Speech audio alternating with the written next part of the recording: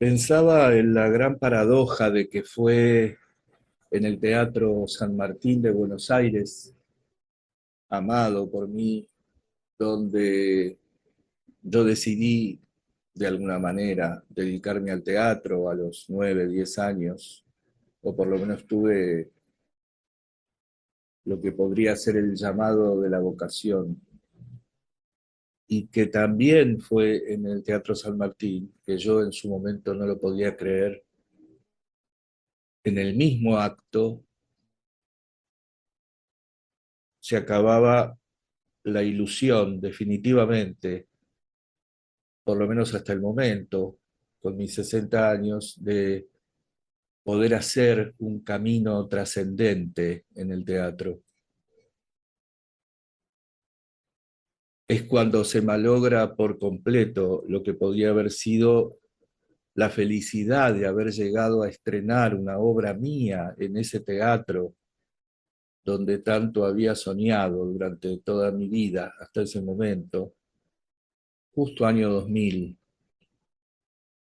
en que se estrenó El Señor Bernal y Dios. Además, con en un muy mal contexto. Había huelgas de la Asociación Argentina de Actores, por lo cual hubo que suspender, creo que un par de veces, la función de prensa, que finalmente se canceló. Prácticamente nadie se enteró del proyecto. El espectáculo tuvo críticas muy malas. Afortunadamente,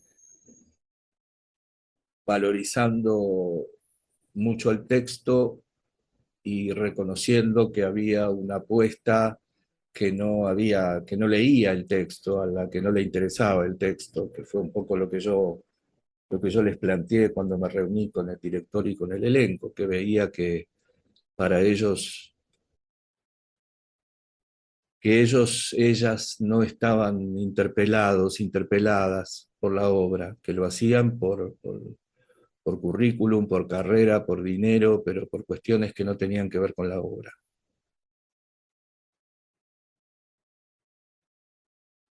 En ese momento, a partir de todo lo que pasó, que prefiero no recordar porque me costó ataques de pánico, fobias, dificultades para pasar por la puerta del teatro, prefiero no entrar en detalles, fue, pero sí reconocer que fue en ese momento en que todo lo que parecía firme se reveló como muy débil.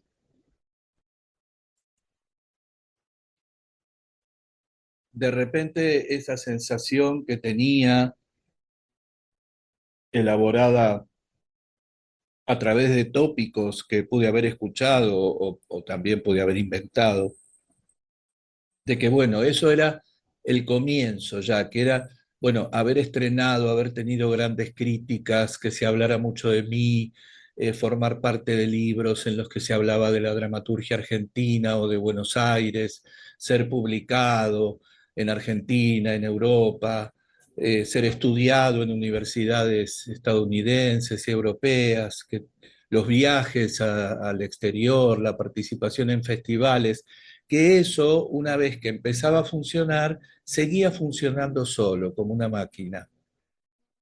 Y la realidad me hizo advertir que no, me hizo aprender de una manera brutal antes de que pudiera sistematizar ese estudio, que hay que trabajar, que las decisiones que tomamos son las que van perfilando nuestro camino, ¿no? Eh, y yo creía que estaba todo hecho y entonces, claro, ahí con mi ignorancia, mi insolencia, mi prepotencia, este trauma de infancia que me hacía para evitar la cucaracha inmunda que me sentía, inventar una especie de todopoderoso, omnipotente, sabio, que tenía todo claro, que se burlaba de todo, que se reía de todo, que estaba más allá de todo y que era todo falso. Era un pobrecito desgraciado que no tenía la menor idea de qué hacer con su vida, la menor idea, y que de repente le vino esto, la gloria, que se hablara de él, que se, ser eso, el amor, ¿no? El amor, el deseo sexual, de tener muchos alumnos, por ejemplo, me acuerdo en el Rojas, todos y todas estaban enamorados, enamoradas de mí. eh, la cantidad de alumnos no entraba en las aulas, la demanda para los talleres privados era enorme. eh, Me invitaban a fiestas, a todos querían ser amigos míos, estar cerca de mí, trabajar conmigo, hacer mis obras. Y todo eso se fue desvaneciendo. Fue una sensación muy fea que probablemente hayas tenido y puedas reconocer, que por supuesto recibe la intervención inmediata de la negación, ¿no? No puede estar pasando esto. No, no, yo tenía, la tengo ahora muy clara esa sensación cuando fue lo del San Martín, ¿no? Que fue el final de una etapa de trascendencia, de éxito, de reconocimiento, de gestos amorosos, de caricias en el lomo, ¿no? De interés por mí, por mi trabajo, de sentirme acompañado, integrado, etcétera. Sí, ver que todo eso empezaba a caerse a pedazos, a caerse a pedazos, a convertirse en nada, a deshacerse, a perderse, a escaparse, irse.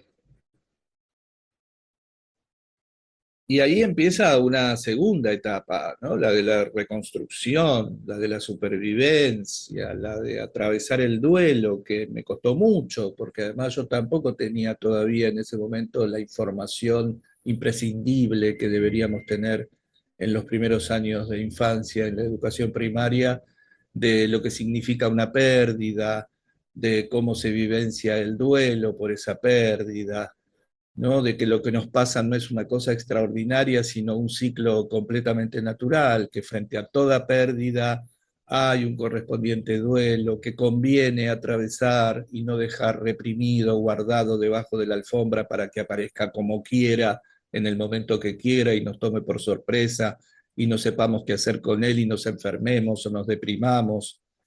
No sabía. Tampoco sabía que las pérdidas son casi una situación permanente, perpetua en nuestra vida, que prácticamente lo único que hay real es la pérdida, el final, la muerte, los fines de ciclo, los abandonos, las desapariciones, los cambios de escena, lo que parecía que teníamos y de repente no tenemos más, lo que parecía que era de una manera y era de otra. Quien creíamos que teníamos delante resultó ser otra. No sabía.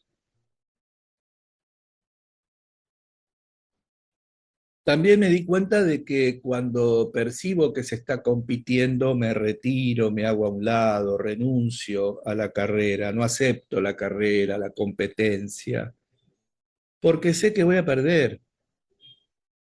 La única vez que gané algo en una rifa, a lo mejor te lo conté ya, fue porque mi padre, que no sé si creía que así me ayudaba o él se sentía un poco mejor en esta imagen inevitable que tenía de mí, de que era un desastre, de que era una desgracia, un inútil, un idiota, que no podía hacer nada productivo, nada serio, compró todas las entradas de la rifa para que yo tuviera mi Scalextric, que de todos modos no me gustaba tanto, o sea, las carreras de autos no me gustaban, a mí me gustaban los autos y también tengo una gran frustración en ese sentido.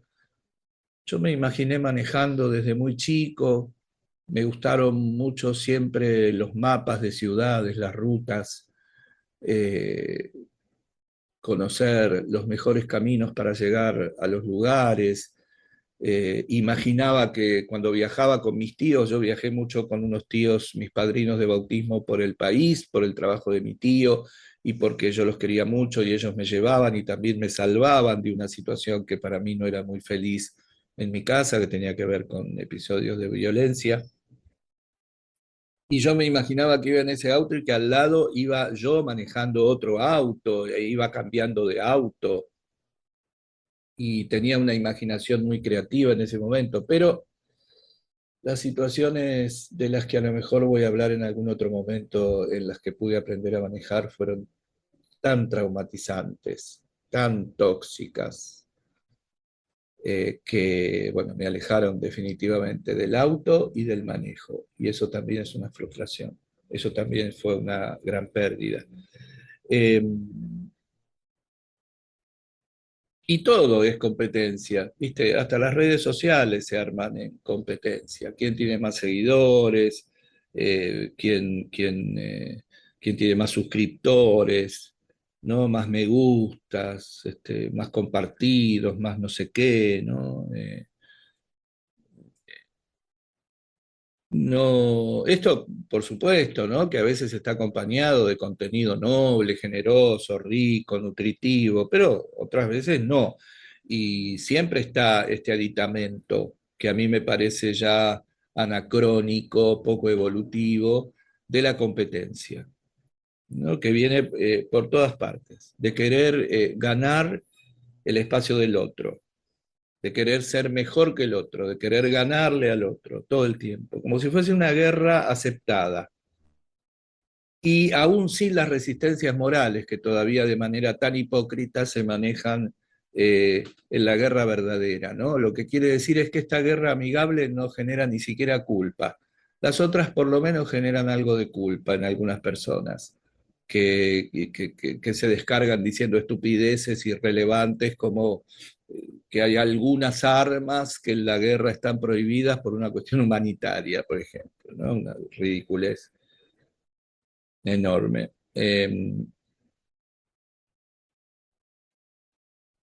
A mí me gustaría vivir en un mundo donde la guerra no apareciese ni siquiera metafóricamente, ¿no? Por supuesto, en el cual las redes fuesen un espacio común, en el que se compartiese verdaderamente lo que uno hace, lo que uno quiere mostrar, lo que ofrece, y, y no competir, y no competir por seguidores, visitas, vivos, reels, TikTok, o incluso el clímax de lo nefasto, ¿no? Ostentar una felicidad que yo estoy seguro de que no es realista, porque la felicidad absoluta no forma parte de la realidad que nosotros podemos percibir. Así que también es una tergiversación, es una negación, es una escisión de la percepción de la realidad. No sé, a mi juicio es todo negativo eso. Sobre todo lo de la competencia y lo de la ostentación de la felicidad, porque además también se percibe un placer en mostrar, mirá cuánto más feliz estoy siendo yo ahora que vos, ¿no? Bueno, con eso no puedo, ni quiero, y estoy acá haciendo esto, haciendo los podcasts estos de Imagino Ficción, donde hacemos en distintos formatos, con distintos procedimientos, obras de teatro y relatos, cuentos o capítulos de novelas, conducta creativa, enfocado prácticamente a la cuestión del desarrollo personal, desde la perspectiva del counseling, del enfoque centrado en la persona de Carl Rogers y de una vinculación que yo hago, que no la hago yo solo, pero que no es frecuente, con el pensamiento del cuarto camino de Georgi Gurdjieff, que creo que no tuvieron contacto, por supuesto, Gurdjieff con Rogers, imposible por una cuestión cronológica, pero creo que Rogers no sé si tuvo conocimiento, no sé si tuvo conocimiento, ni siquiera si aceptó el pensamiento de Gurdjieff como complementario del suyo, pero yo sí encontré ese vínculo, un vínculo muy fuerte, y lo trabajo, lo investigo, lo divulgo. Y también con mi admirado Paulo Freire en relación a la cuestión de la educación, ¿no? Freire y Rogers sí intuyeron grandes afinidades y tuvieron algún contacto, a pesar de que creo que no hicieron ningún trabajo juntos. Y también el de dramaturgia activa, que en realidad son dos podcasts, que uno ya está cerrado, está terminado, lo que no quiere decir que cada tanto no pueda aparecer algún capítulo que enriquezca la cosa, pero que eh, uno es el de la práctica y la teoría de la escritura teatral, con ejercicios, sugerencias, algunos aspectos teóricos de procedimientos, para poder iniciarse en la dramaturgia como escritura teatral, y el otro que es el de los fragmentos, digamos, como una especie de reality, de fragmentos del reality de los espacios de taller que son grabados en audio para enviárselo a cada uno de los participantes siempre, para que lo tengan, para que lo vuelvan a escuchar, para que lo tiren. Y de ese material, a veces con sugerencias de algunos participantes y a veces tomando yo la decisión y a veces los participantes participando activamente en primera persona, vamos armando ese taller como un testimonio de algunas cosas sobresalientes o a las que vale la pena atender que suceden en los talleres.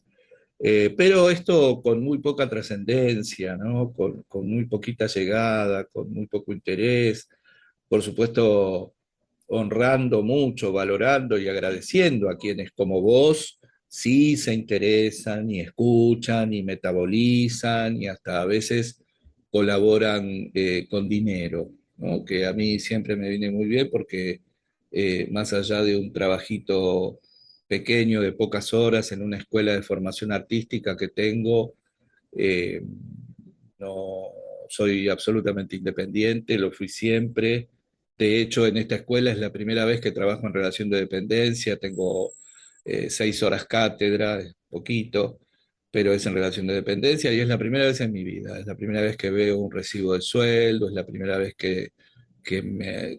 no sé, bueno, que me pasan estas cosas.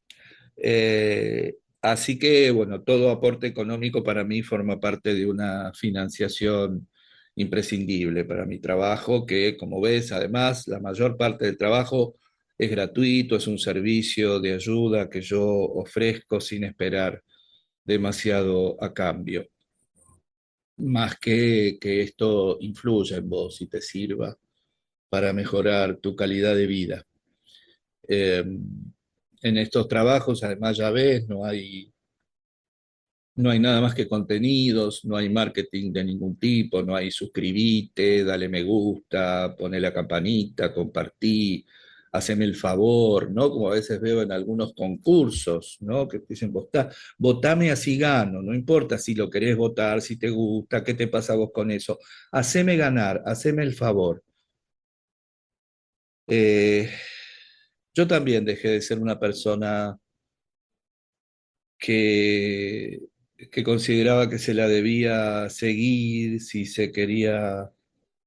No, yo también dejé de ser una persona a la que se debía seguir si se quería parecer inteligente y moderno, ¿no? En esa época en que así fue, como pasa todo el tiempo, ¿no? Yo en ese momento solo me convertí en uno de esos referentes que hay siempre, de los que hay que estar cerca para aumentar el estatus, ¿no? Intelectual, sobre todo.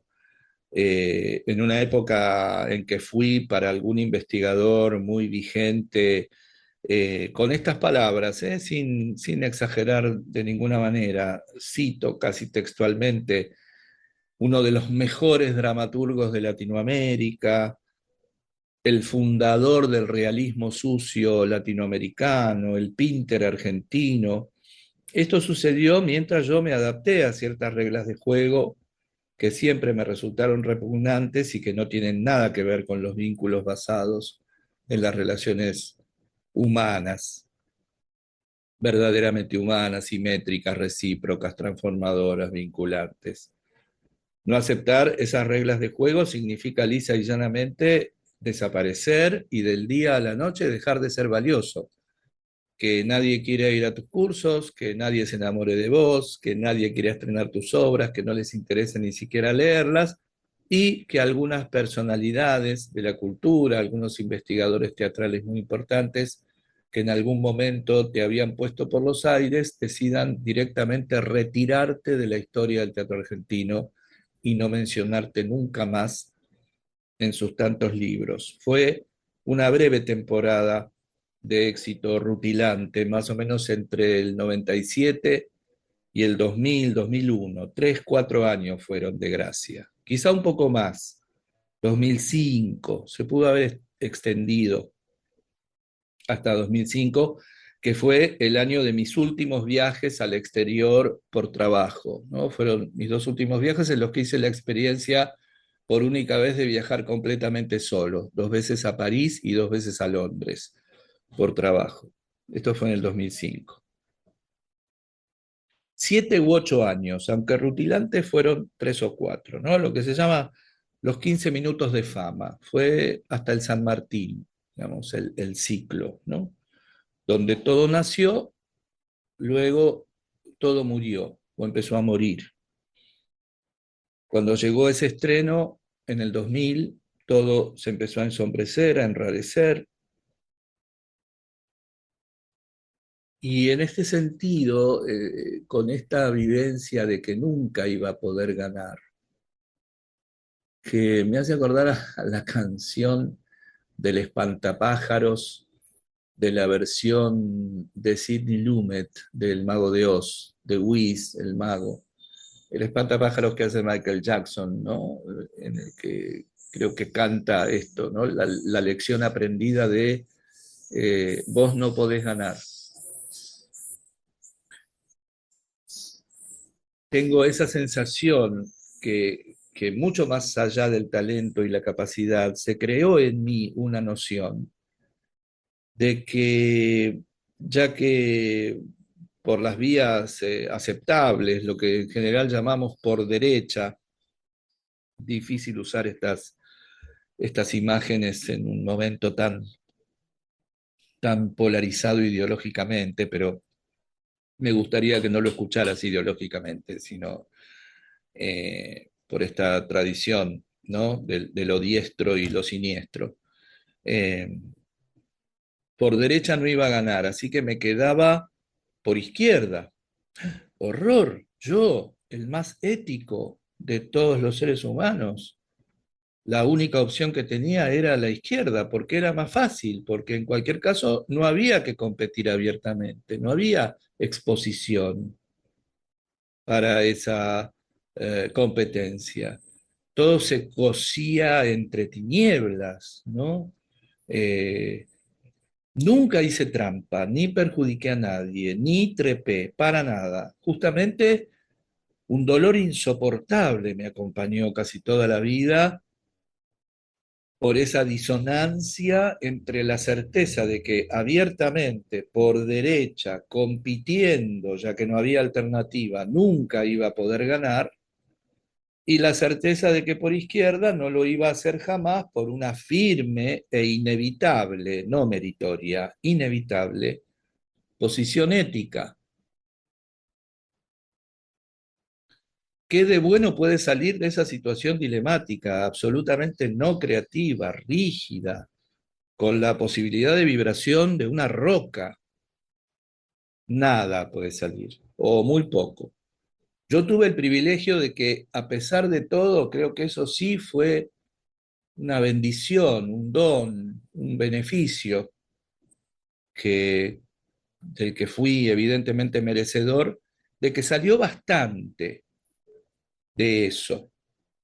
Y eso confirma que mi potencial fue o es muy grande, que verdaderamente tengo, cultivé, no sé, me esforcé, estudié, aproveché una tendencia natural para, para adquirir capacidades, talentos. Puedo por primera vez imaginarme, no percibirme, en diversas profesiones. Muy distinta vivencia de cuando consideré a los 10 añitos, ¿no? Que se ve que creía que había que hacerlo así y me sentía muy maduro cuando decía lo único que es para mí es el teatro, pero incluso tan cerrado, tan rígido era esto, que en eso que era la idea de que lo único que era para mí era el teatro, que lo único que sabía y quería hacer en la vida era teatro, que ni el cine, ni la televisión, ni la radio, ni la danza, ni la ópera, ni la escritura, ni la música entraban en ese proyecto. Mirá que tenía 10 años. Lo único que quería en mi vida era libertad y salvarme de esa manga de locos que veían que eran todos los adultos que me rodeaban, mi familia, mis maestras, mis compañeros, los curas, los compañeros del catecismo, que estaban todos locos, que eran todos autoritarios, que todos estaban actuando de espaldas a la naturaleza. Me daba cuenta. Y sin embargo, mirá qué rigidez, teatro, pero nada de todo lo demás. Y muchísimo menos, imagínate, medicina o incluso psicología, idiomas. Yo no continué un estudio sistemático de inglés, por ejemplo, pero además creo que esto tenía que ver con que iba con mi tía, que no casaba una, que me hacía pasar vergüenza, ¿no? Que a ella se le ocurrió, no sé si por mí o por ella, que quería acompañarme a estudiar inglés a un instituto que había ahí en Flores, cerca de mi casa y de la casa de ella. Eh, y yo no quería ir ahí, entonces abandoné, pero claro, por la ignorancia, por la falta de buenos consejos, entendía que lo que yo rechazaba era el inglés, porque no me podía permitir rechazar a mi tía, a la que amaba, que me salvaba de un montón de angustias y que no sé qué, y que me regalaba y que me tenía en cuenta. ¿Cómo iba a decir no quiero ir más con la tía o tía no vengas más? No podía. Negué eso y lo trasladé a el inglés. No, yo no quiero estudiar inglés y entonces me inventé una idea de que porque no era anglófilo, porque estudiar inglés era un signo de dominación, eh, bueno, muchas cosas. Como también inventé, y con esto atenti, porque yo te puedo dar fe del cumplimiento de las cosas que decimos y deseamos e imaginamos. Yo no quiero ser famoso, yo no quiero ser millonario, yo no quiero nada, yo quiero la marginalidad, quiero hacer mi vida, quiero ser pobre, pero libre y un montón de idioteces que me inventé para no sufrir ese dolor, esa desesperación de enfrentarme con mi imposibilidad de competir por la certeza de que nunca jamás iba a poder ganar nada. De hecho, me llama la atención. Hoy día también a veces me entusiasmo con algún concurso, con alguna cosa, digo, bueno, esto, voy a mandar este material y en este concurso tiene que entrar, ¿viste? Porque eligen a 50.000 ganadores. Bueno, en ese tampoco me eligen. Y yo estoy seguro de que no es por la calidad de los materiales, ¿eh? No tengo duda en ese sentido. No creo que no me eligen porque los materiales no están a la altura. Creo que están muy a la altura. Pero hay algo evidentemente de cómo yo presento esos materiales, incluso hasta de cómo los escribo, quizá, ¿no? Hay algo que es invisible y que dice, you can't win,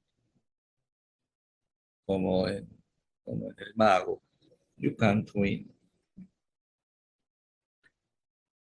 Eh,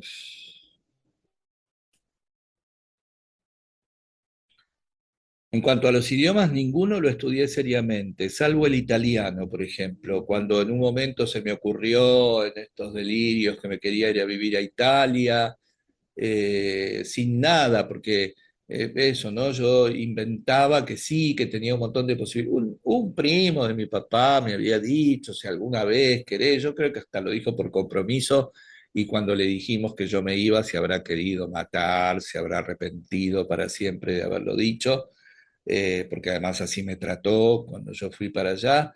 Pero ¿no? Inventando esto de que hay posibilidades, de que la voy a romper, de que me llevé el borrador de un guión de cine escrito en italiano, una locura, un delirio, no tenía a quién mostrárselo, quién se interesase por eso, viajaba con bolsas enteras de videocassettes, VHS, para mostrarle a gente que no sabía quién era y la que era no tenía ningún interés en verlos. Ah,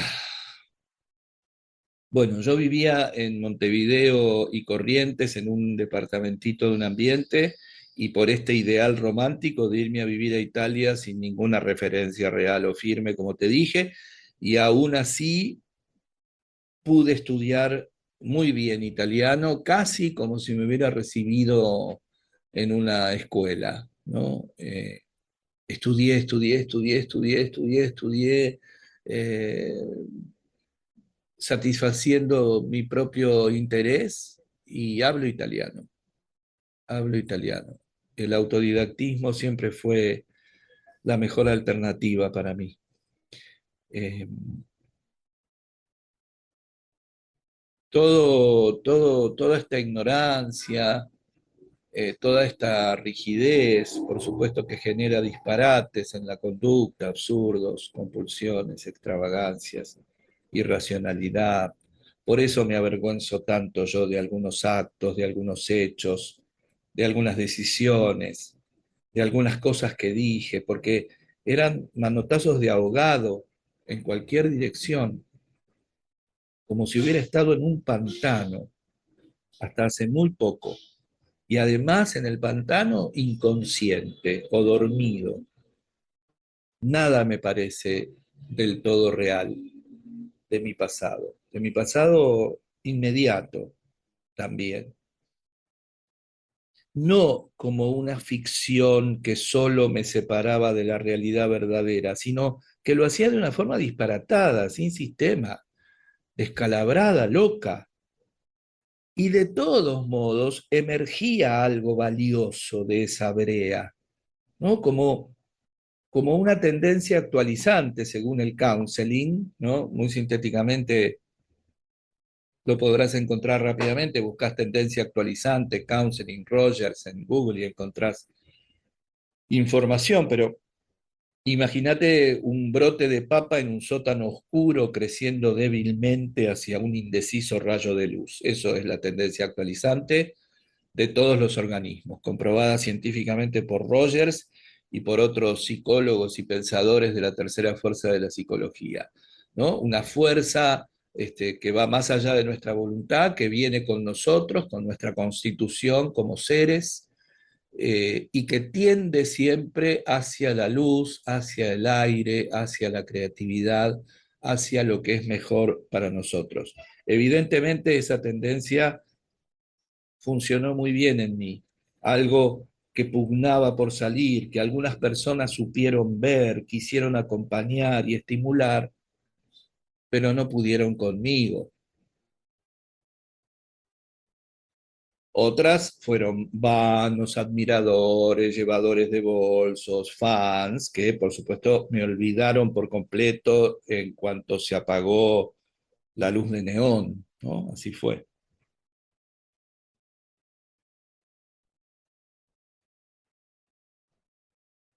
Y hoy va a ser la última vez que grabo este podcast, por un tiempo por lo menos, porque, no sé, se me acabó un poco la cuerda y estoy otra vez un poco desalentado por el corto alcance que tienen estos trabajos que hago. Eh, Como te decía antes, y también en un estado de enorme pérdida. Desde el 2018 comenzó una escalada de pérdidas enormes. Hoy estamos en octubre de 2022, digo, para la posteridad. Hace ya 4 años que comenzó este ciclo de muertes orgánicas, de personas, de cuerpos y también de muertes simbólicas, muchas orgánicas, como nunca antes, pero muchas más de las simbólicas, como nunca antes también. Tengo la sensación de haberme quedado como Job del Antiguo Testamento, que está grabado acá en un episodio anterior, de haberme quedado desnudo, decía, sin nada, sin nadie, a expensas únicamente del presente y del futuro y de mí mismo, sin pasado real computable, con un delirio como pasado, en el cual encontré algunos momentos de plenitud, pero fugaces y delirantes, de certezas delirantes, de felicidad delirante, de amor delirante, de causas delirantes. Eh, Delirante me refiero a separado de la realidad, escindido de la realidad, ciego para la realidad e inventando delirios, que es esto, realidad inventada que pretendemos hacernos pasar por real. Me acuerdo cuando yo estaba estudiando counseling en una clase de psicología con una psicóloga a la que respeté y quise mucho. Estábamos analizando mi monólogo, Orejas Caídas y Hocico Casi Cilíndrico, porque justo cuando empecé la carrera hice una función y entonces invité a profesores y compañeros, compañeras. En ese momento de idilio fue todo el mundo, salvo eh, algunos mala onda que tuvieron alguna jugarreta desagradable ahí con esa invitación, de decir, por ejemplo, no puedo porque me voy de viaje y después enterarme de que no se había ido nada de viaje, pero que no tenía ningún interés en ir a verme ni nada. Pero cuando esta profesora de psicología, en una clase donde consideró que valía la pena analizar la experiencia y el texto, me dijo que el personaje de la obra era un psicótico delirante, según ella, que si hubiera sido su paciente, ella hubiera concluido en que este hombre padecía de una psicosis delirante.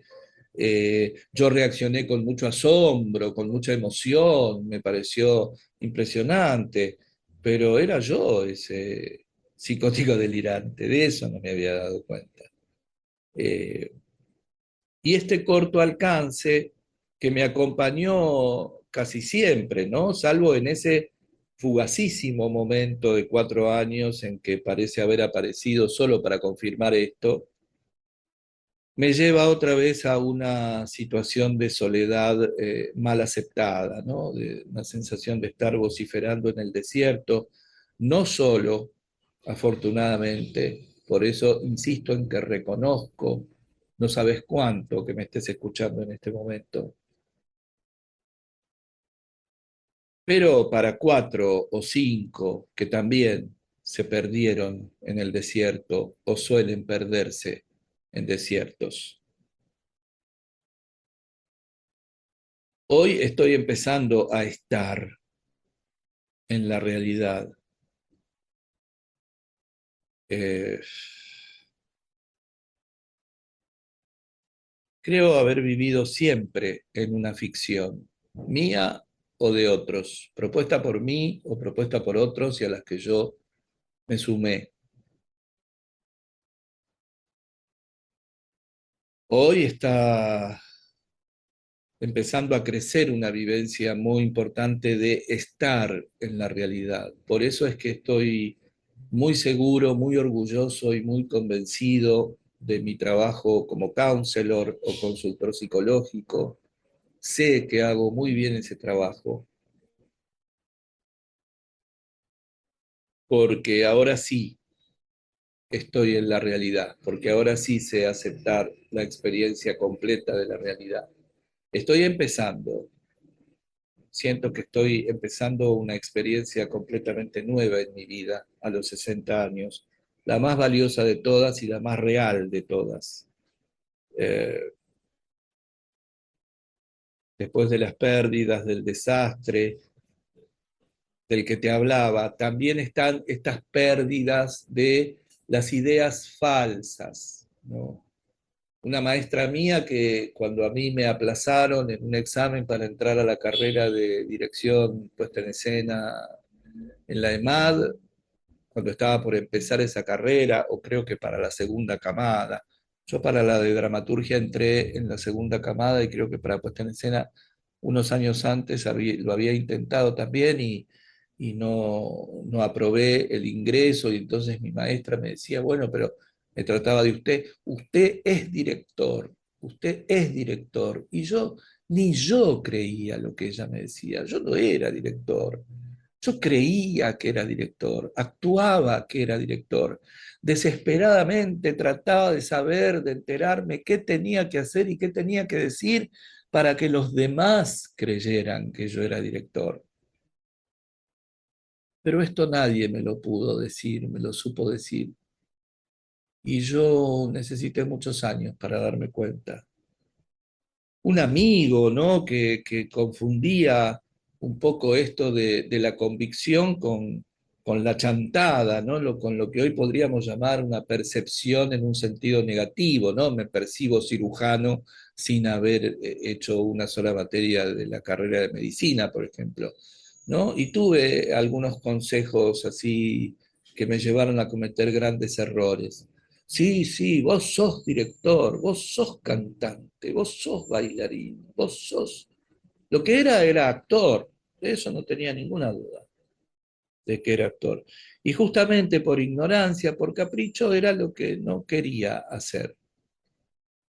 Todos me decían además que era un gran actor, que podía ser un gran actor, que se veía en mí el germen que se había visto en Alfredo Alcón en el conservatorio, cosas de esas que, por supuesto, hay que tomar siempre con muchas pinzas. Eh, la otra fantasía era la de la pobreza de mi familia, ¿no? Para mí, estudiar arte siempre estuvo fuera de mi posibilidad.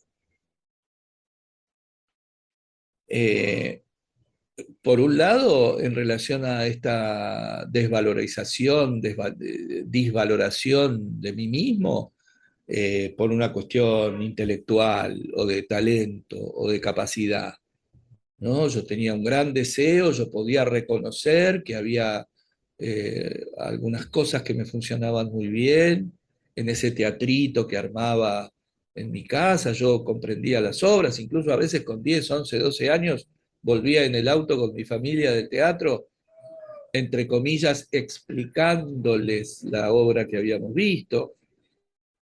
Sin embargo, no confiaba en eso. Y por otro lado, lo que era brutal, y en eso yo ya no tuve casi ninguna responsabilidad, era esta cosa de esa clase media pequeña que necesitaba el eslogan de que no le alcanzaba la plata, ¿no? Que era un tabú tremendo decir cuánta plata se ganaba, cuánta plata se gastaba, cuánto había salido una cosa que se había comprado, porque había que generar la idea en los demás de que éramos pobres, de que no teníamos plata, de que no nos alcanzaba. No sé, para que no nos robaran, para que no nos pidieran, no lo sé.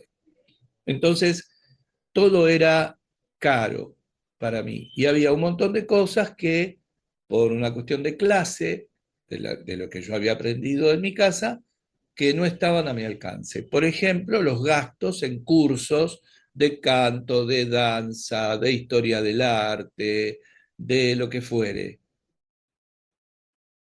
Yo empecé a estudiar con María Esther únicamente porque era barato y porque me llevaba una novia de un primo, que creo que ya te lo conté, y entonces, como yo tenía 14 años, Estábamos en un momento en que las 3A estaba fusilando gente por la calle y se estaba avecinando el golpe militar del 76.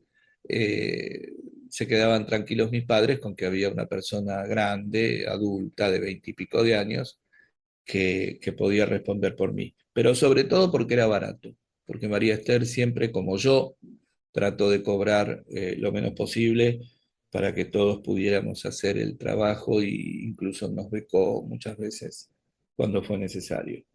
Eso lo aprendí, creo, de ella y es lo que yo hago. Pero eh, eso, ¿no? El no poder, por ejemplo, tomar clases de canto. O sea, ¿de qué manera yo podía decirle a mi padre que además de teatro quería tomar clases de canto y de danza, ponele, y de acrobacia? No, era imposible. Primero porque era cada vez peor, ¿no? Era este, cada vez entrar más al infierno, a la sordidez, a la vieja nota de infamia de la gente de teatro que persistía históricamente, ¿no? Seres muy admirados, pero deleznables moralmente y separados de la sociedad. Era imposible, y mucho menos en términos económicos. Entonces, eso unido a estas personas que con la voluntad de ayudarme me transmitían esto de que yo era lo que quería hacer sin estudiarlo, se me armó un lío tremendo, porque entonces sí pude cumplir esa profecía de que para algunas cosas efectivamente no estaba preparado. Y entonces, claro, que estaba muy preparado, que tenía mucho talento, mucha capacidad, mucho estudio, que empezó a leer compulsivamente a los 9 años, etcétera, de repente cometía unas cagadas tremendas, porque a lo mejor se ponía a bailar, o se ponía a cantar, o se ponía a hacer cosas que no podía hacer porque no estaba capacitado, porque no tenía plata para tomar el curso, pero que las quería hacer igual, y entonces tenía gente que le decía, hacelo, si sos un genio. Bueno, sos un inútil y sos un genio, son dos grandes irresponsabilidades